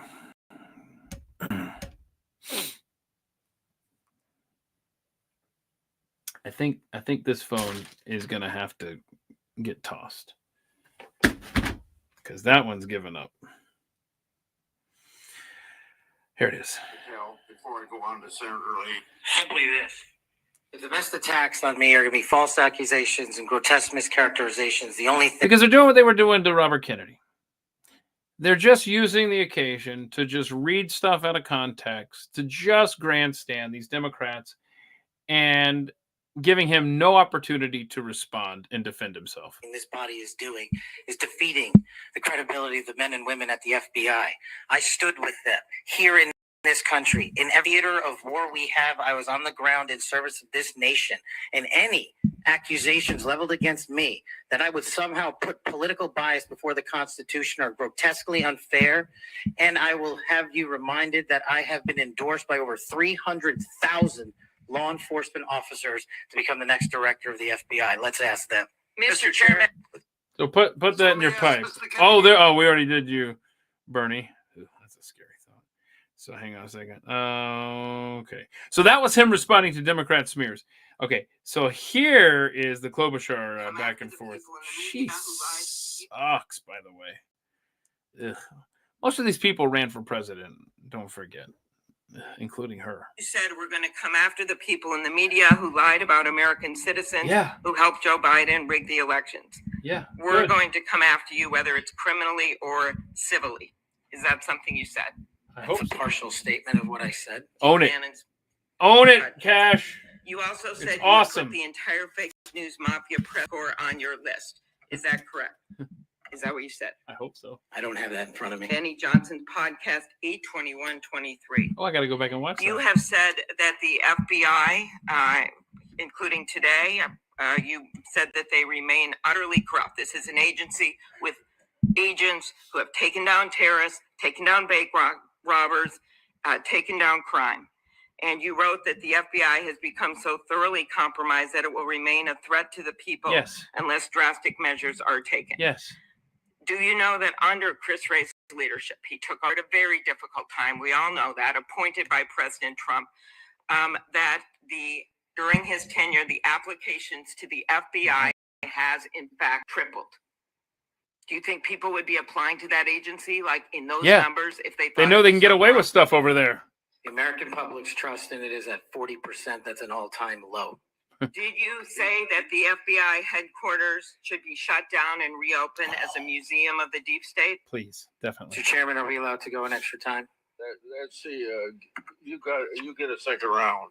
Before I call on Senator Could Lee. he just answer the question if he said that the FBI headquarters, where they investigate cybercrime and terrorism, should be shut down and open as a deep state, Mr. Chair. as a museum? Did he say that the headquarters should be shut down? That'd be pretty cool. Deserve an answer. It'd be a to that cool question. museum. He is asking to be head of the FBI, and he said that their headquarters should be shut down. Mr. Chair, parliamentary inquiry. You got anything you want to say, Mr. Patel, before I go on to Senator Lee? Simply this. If the best attacks on me are going to be false accusations and grotesque mischaracterizations, the only thing this body is doing is defeating the credibility of the men and women at the FBI. I stood with them here in this country. In every theater of war we have, I was on the ground in service of this nation. And any accusations leveled against me that I would somehow put political bias before the Constitution are grotesquely unfair. And I will have you reminded that I have been endorsed by over 300,000 law enforcement officers to become the next director. All right. The FBI. Like, I think Cash did a good enough job today. I mean, from what I saw, I just got a bad feeling in the room. I don't know, man. I just don't trust. In the collective. I don't trust Republicans to do the right thing, you know? Let me see if I can find this Tulsi clip I wanted to play. Because Tulsi had fun today. Tulsi had fun. Okay, I understand what you were saying, Mommy. I see your, I saw your comment there. You're saying that they discovered, I misunderstood. By wanting to study SIDS with her, they discovered Munchausen by proxy. I gotcha. Oh, jeez. Okay. Sounds like a hideous lady. Yes, these people are insufferable. All of these Democrat senators. Yeah. Just when you think, and I'll get to the clip I'm talking about, just when you think that, hey, there's a reasonable Democrat, he's not, and he got put in his place by Tulsi. So let me play some Tulsi clips for you in case you missed it. Tulsi, on the claim, she addressed the claims that she's a puppet for a puppet for Trump, a puppet for Putin, Assad. Yeah, she had some fun with that little pushback from Tulsi here. Before I close, I want to warn the American people who are watching at home. You may hear lies and smears in this hearing that'll challenge my loyalty to and my love for our country. Those who oppose my nomination imply that I am loyal to something or someone other than God, my own conscience, and the Constitution of the United States, accusing me of being Trump's puppet, Putin's puppet, Assad's puppet, a guru's puppet, Modi's puppet, not recognizing the absurdity of simultaneously being the puppet of 5 different puppet masters. The same tactic was used against President Trump and failed. The American people elected President Trump with a decisive victory and mandate for change. The fact is, what truly unsettles my political opponents is I refuse to be their puppet. That's right. That's right. Okay. All right. Let's see what else I got here for you on the old Tulsi front. I loved how in her opening statement she called out everything and everybody, and this was tasty as well. Hang on, Tulsi. People elected Donald Trump as their president not once but twice, and yet the FBI and intelligence agencies were politicized by his opponents to undermine his presidency and falsely portray him as a puppet of Putin. Title I of FISA was used illegally to obtain a warrant to spy on Trump campaign advisor Carter Page, using a Clinton campaign-funded false dossier as their so-called evidence. Biden campaign advisor Tony Blinken was the impetus for the 51 former senior intelligence officials' letter dismissing Hunter Biden's laptop as disinformation, specifically to help Biden win the election. Former DNI James Clapper lied to this committee in 2013, denying the existence of programs that facilitated the mass collection of millions of Americans' phone and internet records, yet was never held accountable. Under John Brennan's leadership, the CIA abused its power to spy on Congress, to dodge oversight, lied about doing it until he was caught, and yet has never been held responsible. Under Biden, the FBI abused its power for political reasons to try to surveil Catholics who attend traditional Latin Mass, labeling them as quote-unquote radical traditionalist Catholics. Personally, just 24 hours after criticized Kamala Harris and her nomination, I was placed on a secret domestic terror watch list called Quiet Skies. Sadly, there are more examples. The bottom line is this must end. Yep. So that was good stuff. On that day. On that day. Ted Cruz had some good moments with Kash. Let's see here. Hang on. Okay, Michael Bennett has issues. Like we talked about me earlier, and I need a therapist or whatever the hell I said. I don't know. Oh no, did I just think that internally? So this guy, Michael Bennett, he popped up yesterday in the RFK hearing as an ass, and he popped up today in the Tulsi hearing as an ass. So I think we can logically conclude that the senator from Colorado, Michael Bennett, is an ass. Do you believe, as the chairman of this committee believes, as the vast majority of members of our intelligence agencies believe, that Edward Snowden was a traitor to the United States of America? Senator, if confirmed as This is when the Director of rubber hits National the road. Intelligence, I will work with you to make sure that there is not another Snowden. Okay, see, this is why I could never be confirmed. I wouldn't even get one vote in the Senate because I wouldn't be able to help myself. Senator, I can tell you that there are more traitors to this country, into our Constitution, on this panel than just Edward Snowden. Edward Snowden is not the traitor. It's half of you up here on the dais, okay? And you're one of them. Anyway, next question. No. Social media, it's not a moment to propagate theories, conspiracy theories, or attacks on journalism in the United States. This is when you need to answer the questions votes you're asking for to be confirmed as the chief intelligence officer of this nation. Right. All right.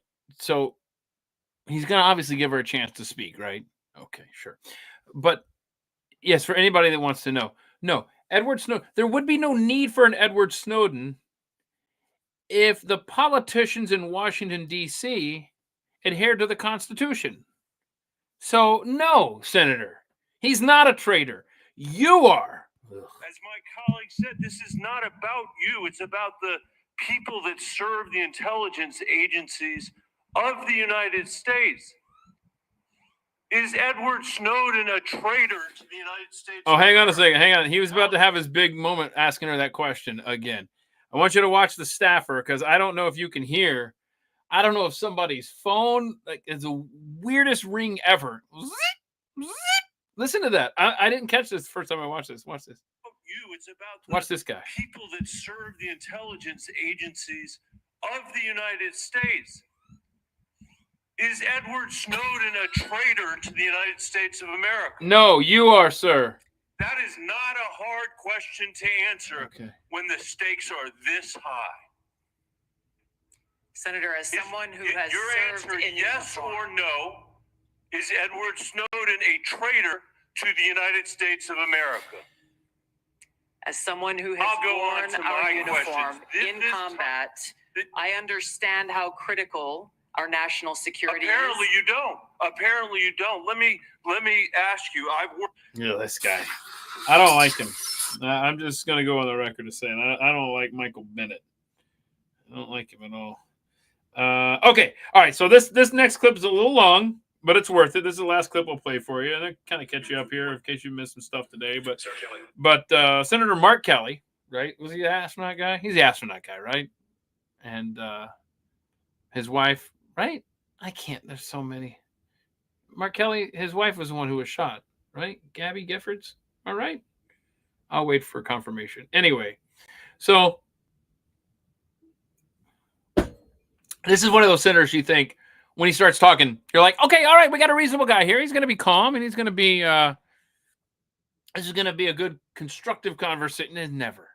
There's not one Democrat that's ready to have a constructive conversation with any of these nominees, especially the big three today. But I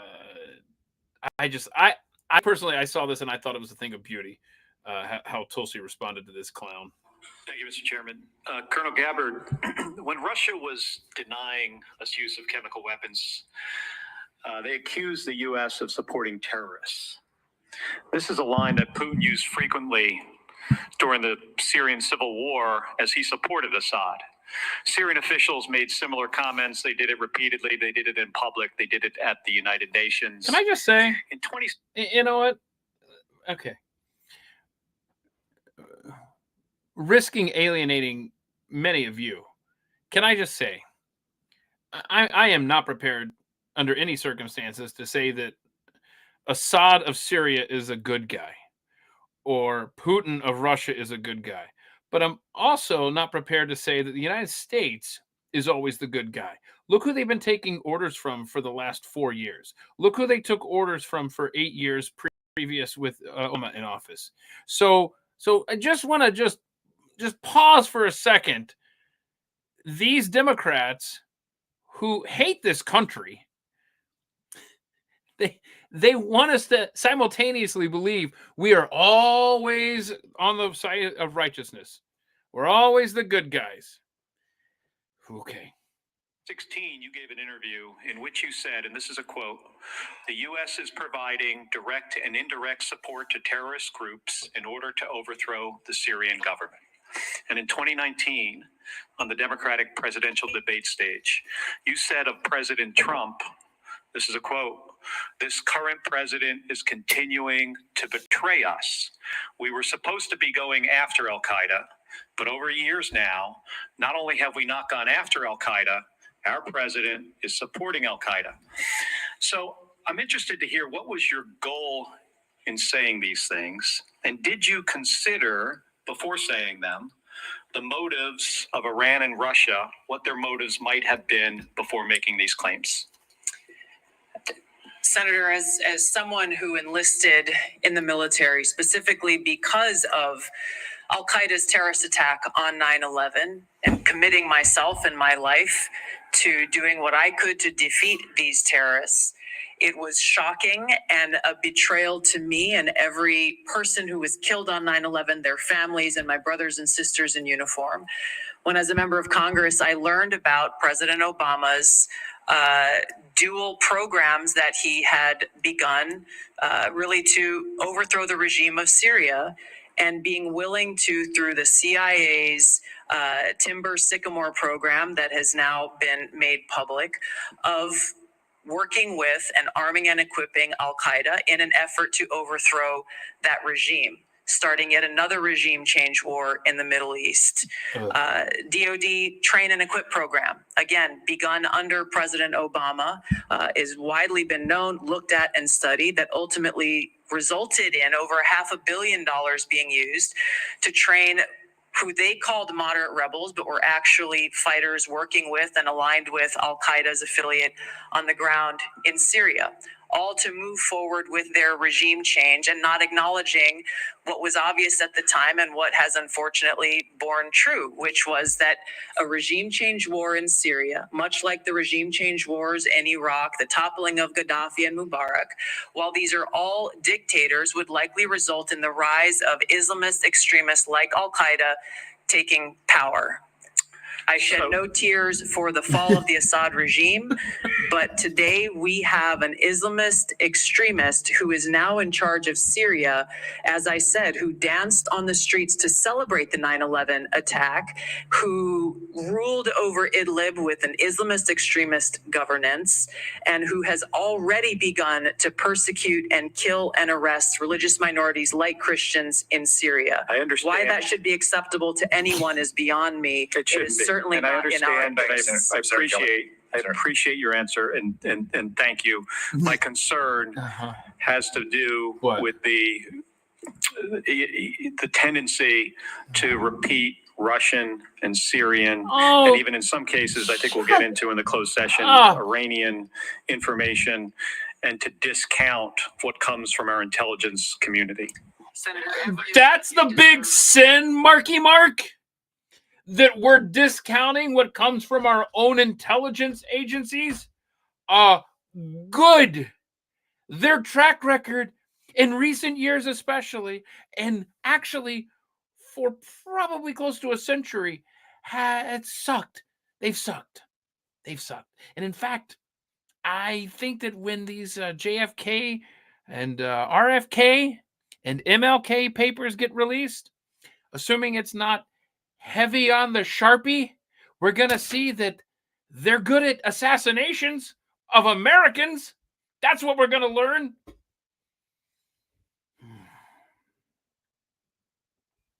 There is a book author, and I will not find this in time because I'm already off the track here. No. Hang on. Hang on. Just I have to talk to this guy. Grr, I'm not going to find it. Hang on. I'm going to check real quick. See how yeah, there is. Yes. Oh, God bless you, Spotify. Somebody, please. Somebody listening right now. God bless you. The 842 of you. Somebody, please get me in touch with Scott Horton. And if you can't get me in touch with Scott Horton, then just go read or listen to his book, Enough Already. Please. It's available on Spotify. It's a free download there. Enough Already. Time to end the war on terrorism. And shame on me because, and this is, I will do this at some point. I don't care. Nothing's off limits. I'm just looking at the clock here, and there's no way I'm going to be able to do this any kind of justice here. But around the time, this would be a quick little Cliff Notes version of Trust Your Instincts. I can't remember all of the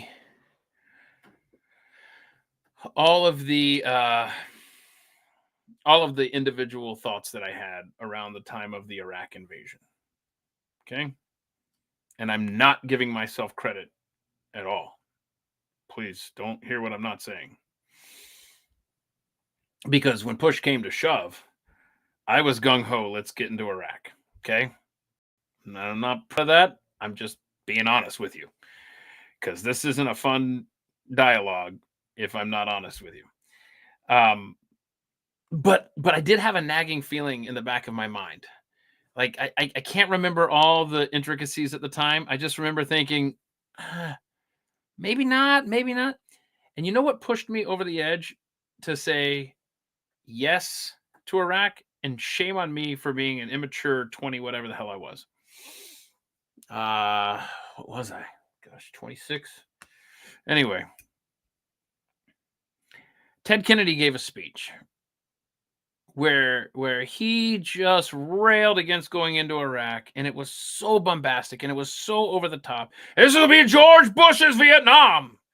Oh, it was like, screw you. I can't.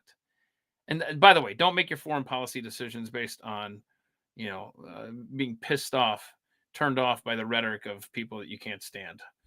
That's a bad way to go through life. But anyway, that's where I was just like, you know what? No.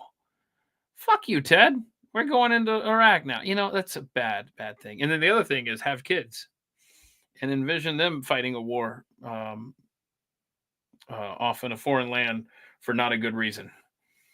on a reason that doesn't necessarily benefit the United States of America or at its core relates to the safety and security of this nation.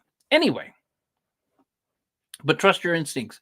If you have, especially something life and death like that, if you have that gut feeling, stay with it. Don't get caught up in and I did learn the lesson from that.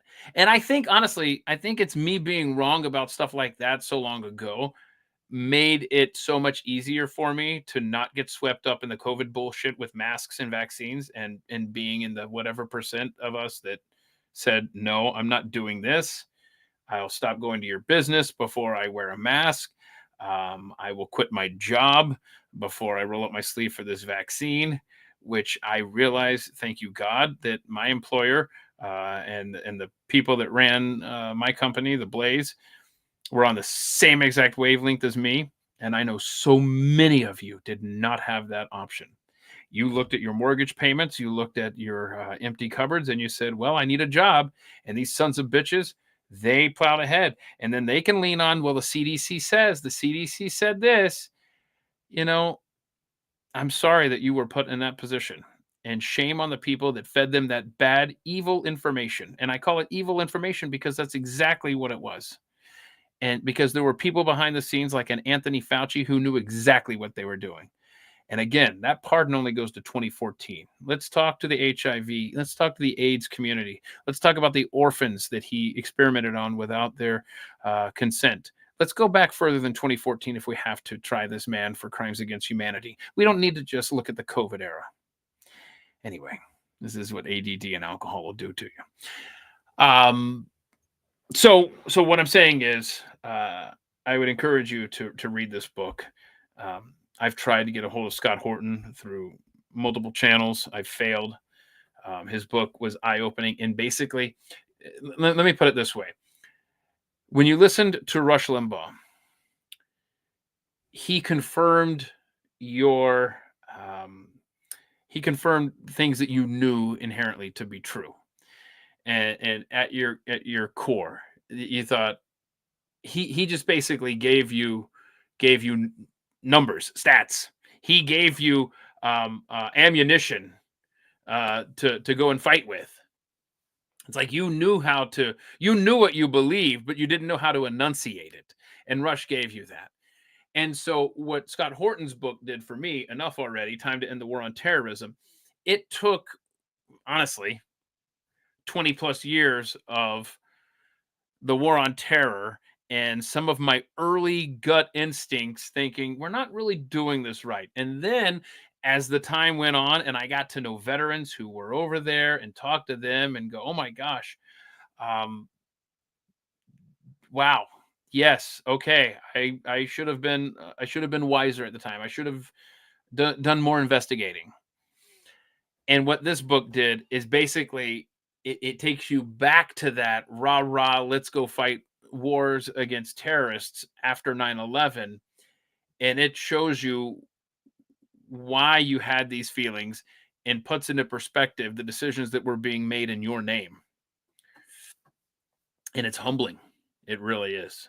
And you're like, holy crap. That nagging feeling, Thomas Magnum PI, that little voice in your head, I should have listened to it. I should have listened to it long before I did. It took me way too long. And then this was the capstone, his book. So anyway, I would love to have a conversation with him if I could ever find him. All right. I don't know. Let's see here. I'm just scrolling back here. Sorry, y'all. I know I get to just roll and I can't even look over here because I get distracted. I don't know if you know. Hi, my name's Keith and I'm easily distracted. See? Yeah. Just looking here. Yeah. All right. Well, anyway. Man, I appreciate all of your time. You're so gracious with it. Thank you so much. Like I said, if anybody knows how to get in touch with Scott Horton, please give him my Twitter handle. Have him message me at Keith Malinak. And would love to open up that conversation because here's a guy who I guarantee you I don't agree with on a lot of stuff. I don't know. I'm just I get that feeling, right? But on this, we could have a conversation and accomplish a lot of good and pour out a lot of knowledge from his very educated brain on this topic. Anyway, enough of that. I appreciate you guys. Tomorrow at 3 p.m. Eastern, we're going to do the Friday live stream. Going to be Chris Cruz and Ken Kuykendall. Now, during the conversation tomorrow, the Friday live stream, I will be referring to Ken on multiple occasions as Kyle. And I will explain why that's the case. And I think you will be entertained by that reasoning.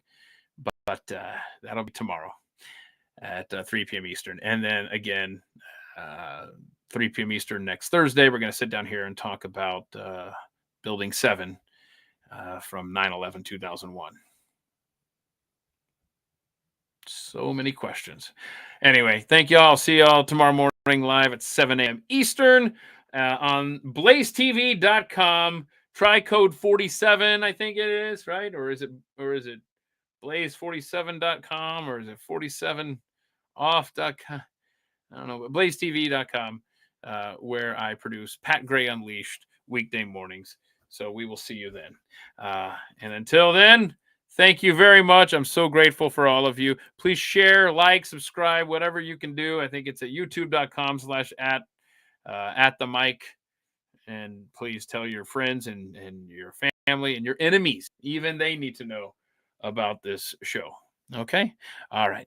Be well. I appreciate you. Have a good night. Bye-bye.